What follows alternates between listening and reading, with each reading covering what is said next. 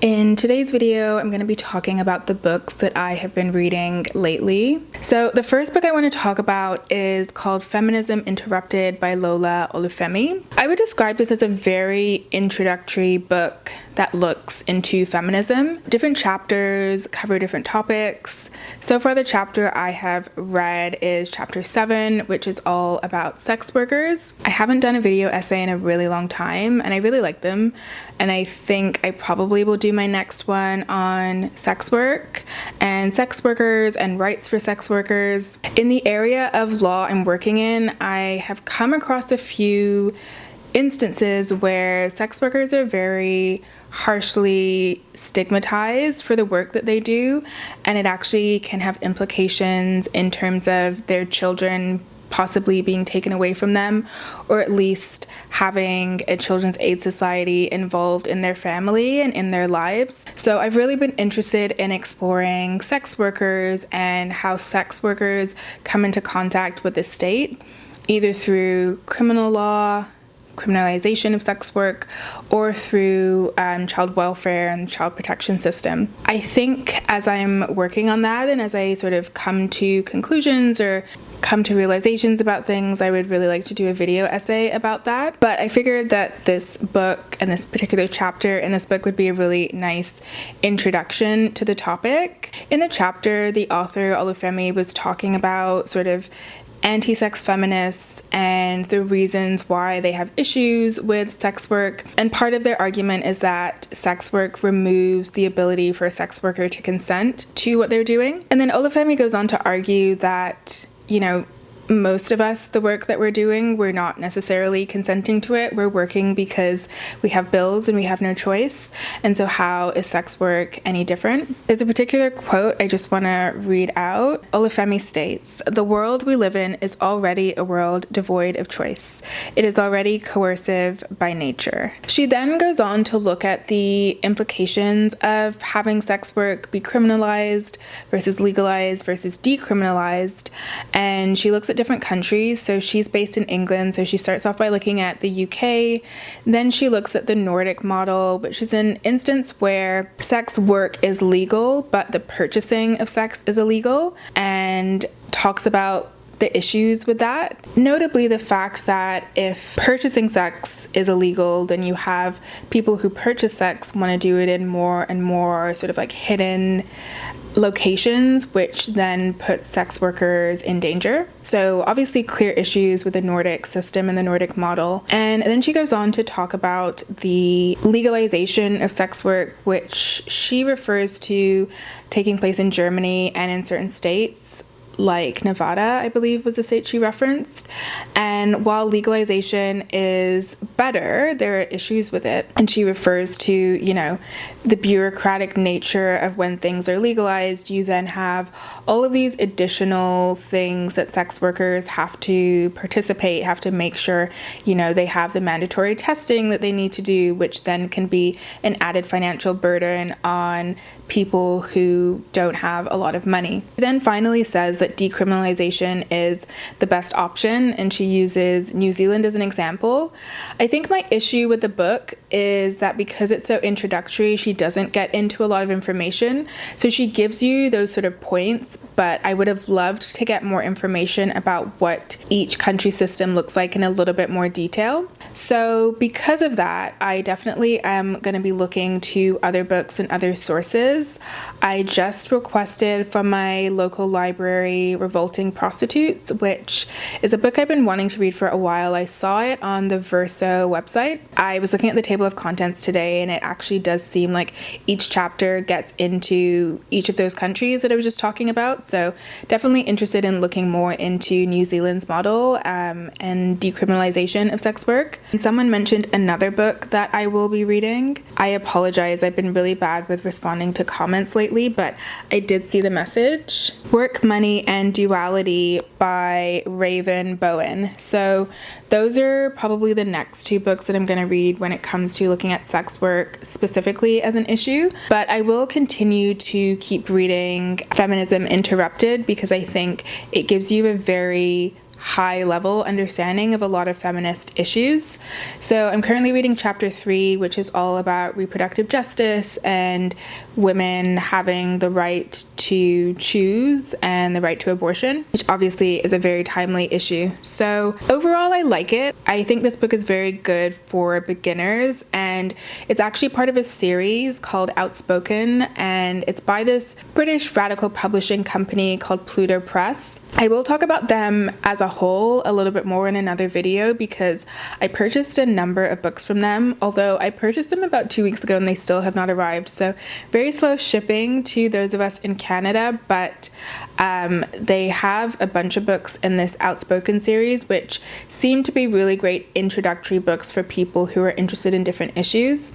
So yeah, I'll chat about that when those books do finally arrive. The second book that I am currently reading is the Bhagavad Gita. This is a Hindu text. I find religions really fascinating. I grew up going to church, so I definitely am the most familiar with Christianity. And then I feel like if you understand Christianity, you sort of understand the major concepts of Judaism. So lately I've been trying to understand a little bit more about Christianity because I don't know a ton about Catholicism. I grew up going to like Pentecostal churches, so more in like the Protestant stream of Christianity, but I also am interested in exploring other religions. So I currently am learning a little bit about Sufism by reading works by Rumi and Attar, and there's a lot about Eastern religions that I don't know at all. So I'm interested in also learning more about Buddhism and Hinduism. Anyway, this is a very interesting text in the form of a conversation, and I find it very, very easy to follow and understand. It might be the particular edition that I have. I've been listening to it as an audiobook, and then I also have the ebook. And what I like about this edition is in the audiobook and in the actual ebook itself, you'll have an introduction at the beginning of each chapter, and then it gets into the chapter itself. So you sort of have a little bit of a lesson before it starts. Because the translation is done in a very easy to understand way, I find it very easy to follow. Very, very relaxing and calming audiobook. I tend to listen to like one chapter every morning as I'm getting ready for work, and I've really been enjoying that experience. A few of the quotes that really have stood out to me so far. I've really been thinking about chapter 3, which is all about selfless service. And one of the quotes is, "At the beginning of time, I declared 2 paths for the pure heart: the contemplative path of spiritual wisdom and the active path of selfless service." And I feel like I naturally am a very contemplative person. I really enjoy having time to just like sit and think and process and reflect on life. But I definitely struggle with the second part of service because I feel like I just naturally want to be like out there just thinking and processing and seeing what can happen as opposed to acting on it. And so understanding that, at least within Hinduism, you know, that contemplation is necessary, but the actual service of others is also very key. And the second quote is, "The ignorant work for their own profit, Arjuna. The wise work for the welfare of the world, without thought for themselves." And after leaving my last job working in private practice, I really wanted to make the intentional decision to work more in like nonprofit, giving back to others, using my law degree in a way to serve my community, which I've currently been doing, but I'm finding it very challenging. It's very difficult when you're in the front lines and you're just like seeing how the system fails people, especially poor people. And so it can be very exhausting, both like physically exhausting work and also emotionally exhausting work. And I feel like sometimes I get frustrated because I just feel like I'm pouring so much into the work that I'm doing, but it feels very futile because it just feels like the system is so broken. And so just having that reminder that, you know, I'm not doing this work for myself. I'm doing this work to do my piece to try and make this world a better place, and to not be so focused on the actual fruit of the work that I do, just be more focused on the fact that I am giving of myself and giving my time. There's another quote that I just wanted to read, which was from chapter 2, which is about self-realization. I guess there's 2 quotes, so I'll just read both of them. "You have the right to work, but never to the fruit of work. You should never engage in action for the sake of reward. nor should you long for inaction. That's something I struggle with because, like I was saying, I really enjoy contemplation, and I really enjoyed my time off at the beginning of this year where I could just focus on reading and learning and trying to understand how to make this world a better place. But I wasn't actually like actively doing anything about it. But understanding, at least within Hinduism, that action piece is also important is something that I need to continue to remember and reflect on. And then the second quote that like really, really resonates with me, seek refuge in the attitude of detachment and you will amass the wealth of spiritual awareness. Those who are motivated only by the desire for the fruits of action are miserable, for they are constantly anxious about the results of what they do. And so for myself, just realizing that anxiety that I can feel sometimes at work about, am I doing a good job? Am I sort of doing the best work that I can do? I need to understand that I need to be a little bit more detached from the work that I'm doing, which I think will alleviate some of that anxiety, because the anxiety is me feeling like I need to be perfect. I need to do this perfectly in order to bring about a certain outcome. But putting less of that pressure on myself, being a little bit more detached from the work that I do, from the fruit of the work that I do, I think is something that I need to continuously remind myself of. So yeah, I'm really enjoying this reading experience. I have learned a lot from it. And when I compare it to like a spiritual text within Christianity, which obviously is the Bible, very different reading experience. I would say it reminds me most of maybe reading something like Proverbs in the Bible, which are sort of just like words of wisdom, because a lot of the Bible is actually very complicated to understand, or it's like history, and so you're not really getting nuggets of wisdom in every sentence. It's a little bit more like having to dig deep and then, talk to someone who is really educated in that area. Whereas this, it's just like very easy to understand the message that's being sent. And I think whether or not you are religious, whether or not you are a follower, a believer of Hinduism, I think there are nuggets of wisdom in so many of the major religions. And I think rather than focusing on what is different about each religion, it's like, let's focus on what is similar about all of them. I will eventually talk about this one book I'm reading, The Perennial Philosophy by Aldous Huxley. But in that book, he talks about in a number of major religions, so like Hinduism, Buddhism, Christianity, Islam, specifically Sufism, how there are certain elements that are very similar in all of the major religions. And so yeah, I really like his approach to comparative religion. Like, let's look at what notions within these major religions are all the same rather than what differentiates them. If there are nuggets of truth that are the same in all of them, then let's just try and implement those into our lives. I finally am reading Parable of the Sower by Octavia E. Butler. I have been wanting to read this book for a very long time, partly because it's a science fiction book written by a Black woman. I don't think I've read any science fiction books written by women at all, but definitely not by women of color. People keep referencing this book this year because it starts in 2024. It was written years ago, and people are saying it's quite prophetic in nature, so probably something similar to the veins of 1984 by Orwell. So wanted to really give Butler a chance and start with this book. I know a lot of people read Kindred, but just wasn't really in the mood for a book about like slavery. I wanted something that was a little bit different. And this book is very spiritual or religious in nature. The main character, Lauren Olumina, she seems to have sort of like created her own religion, and her father is, I think he's a pastor, but he's at least like heavily involved within Christianity. And so seeing that sort of clash between her and her father, I'm really interested to see. So I've been listening to this as an audiobook, and there was one quote that really stood out to me. Is it a sin against God to be poor? You just see how people who are poor have completely different experiences when it comes to, one, their interactions with the legal system, but just in general, the sort of lives that they have. And when I think of my work, when it comes to child welfare, child protection, seeing the ways in which poor people are, I would say, discriminated against. Like, the lack of safe housing could mean that you lose your children, but like, we live in Toronto, housing is so expensive, so like, how can you really use that as a reason to take away someone's children? So yeah, I've really been feeling very strongly that like there needs to be more that we can do to help the poor, because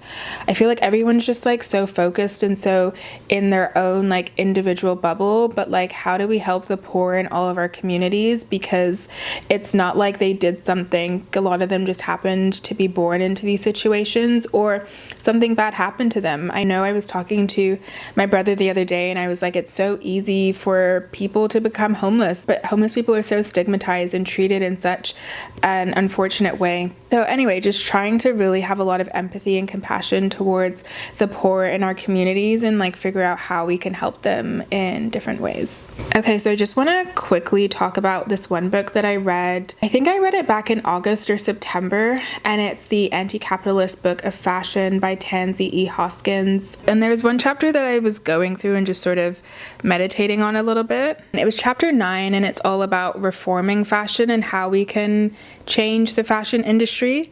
And the author talks about the fact that, you know, for a lot of people, they focus on individual change, like how can I change my individual shopping practices to purchase from more sustainable companies that don't use child labor, that sort of thing. And I would definitely say that's what I had been focusing a lot on, like what can I as an individual do? She says that that's really because of our capitalist system, neoliberalism, which makes people think that it's up to them as individuals to make a change. So like while individual change is not the worst thing, it's not the only thing that you should focus on. You also should focus on finding ways to make political change and finding ways to make systemic change. So I feel like for myself, I've been like really stuck on that individual level, but now trying to educate myself a little bit more about how to make those political and systemic changes in the fashion industry is what I'm looking into a little bit more now. I'm someone who has always really loved fashion. I actually didn't want to go to university. I wanted to go and work in the fashion industry in New York or LA when I finished high school. And as I've gotten older and I've been learning more, I've definitely been trying to be a little bit more selective with the fashion that I purchase, shopping less at fast fashion brands, buying things from more sustainable companies, buying secondhand, that sort of thing, which has been a very challenging experience, if I'm being honest, because when you are really into fashion, it's very hard to like not buy those sort of beautiful items of clothing that you're seeing all the time. And I feel like over the last year, I've really felt very disconnected from fashion because I just hadn't been able to find the pieces that I wanted. But I finally started to find like really great sustainable brands that I love. And so I'm glad that I took the time to do that, even though it was a very difficult year. So yeah, I am excited to eventually come back and chat more about that book and sort of how it's changed my life and the way that I view fashion.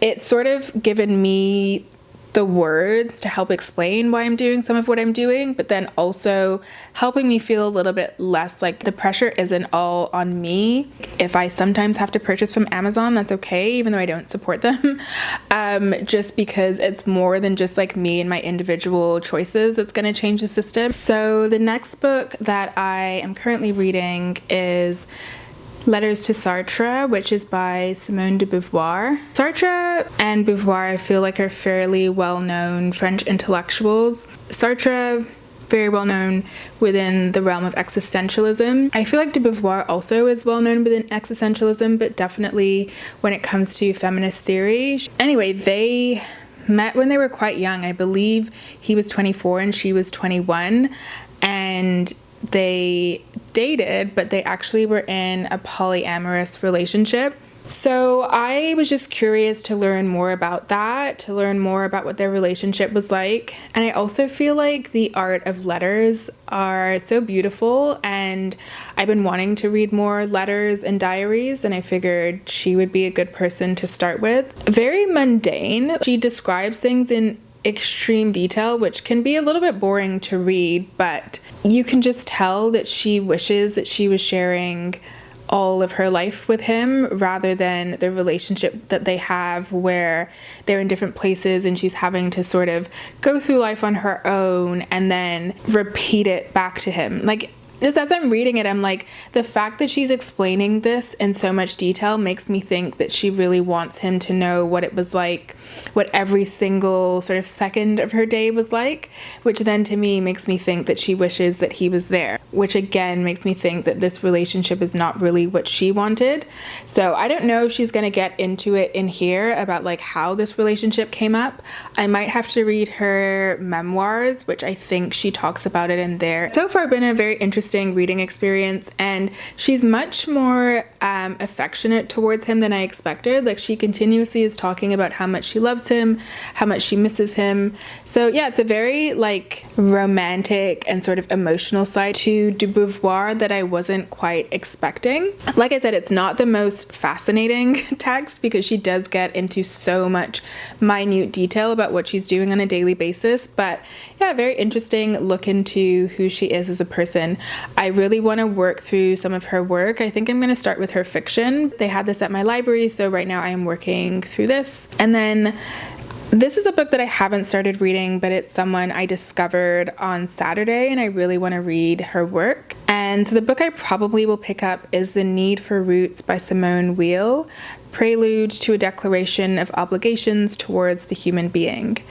And I started reading this book a little bit, but I did find a really interesting article about her in the New Yorker. So she was a French philosopher, also been described by some as a saint, and I found that very fascinating. So she definitely seems to be the sort of person who feels a deep compassion towards other people in the world and is trying to sort of go through her life with other people in mind all the time. In the article, it said that she used to sleep on the floor of an unheated room. She also lived on a starvation diet, and she did so to be in solidarity with the world's victims of war and famine. And that sort of idea of being aware of the issues in the world, and then how does that impact how you live your everyday life? Like, that's what I'm really interested in seeing about her. She actually passed away at a very young age. She died at the age of 34. And it seems like it was partly due to the diet that she had. So very interesting in that sense, right? Like, those choices that you're making do actually have really sort of long-term implications on you as a person. She also was described in the article as a very pious person. I know when I was reading her Wikipedia page, it said that she learned Sanskrit to read the Bhagavad Gita. I was like, that seems like a woman after my own heart. And the article says the following: her piety was as idiosyncratic as her politics, and many creeds attracted her. Buddhism, Stoicism, Spinoza's notion that God is nature.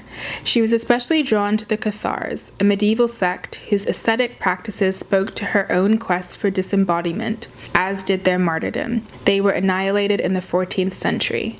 Catholicism was ultimately the persuasion most congenial to Weil, but she never formally converted, in part because she believed, heretically, in free access to divine truth. So she sounds like a very interesting and fascinating woman, and I'm very excited to read her work. There also is a biography about her, so I might read that also. I'm not sure where I'm going to go with her, but definitely very interested in her as a person. So those are the books that I'm reading. I'm really enjoying learning all of the things that I'm learning right now. Like, I'm very happy with my reading experiences and moving through things a little bit slower. I think at the beginning of this year, I really was trying to figure out what sort of books I liked and how I could know I was going to like a book. So I don't regret reading things much more quickly at the beginning of the year. But I think now I have a much better idea of what I like in a book and what I don't like in a book. So yeah, I think I'm just using the end of this year to just be a little bit more selective with the books that I'm reading and read them really deeply, and also get to some of the books that I've really been wanting to read this year and just have not gotten around to giving a read.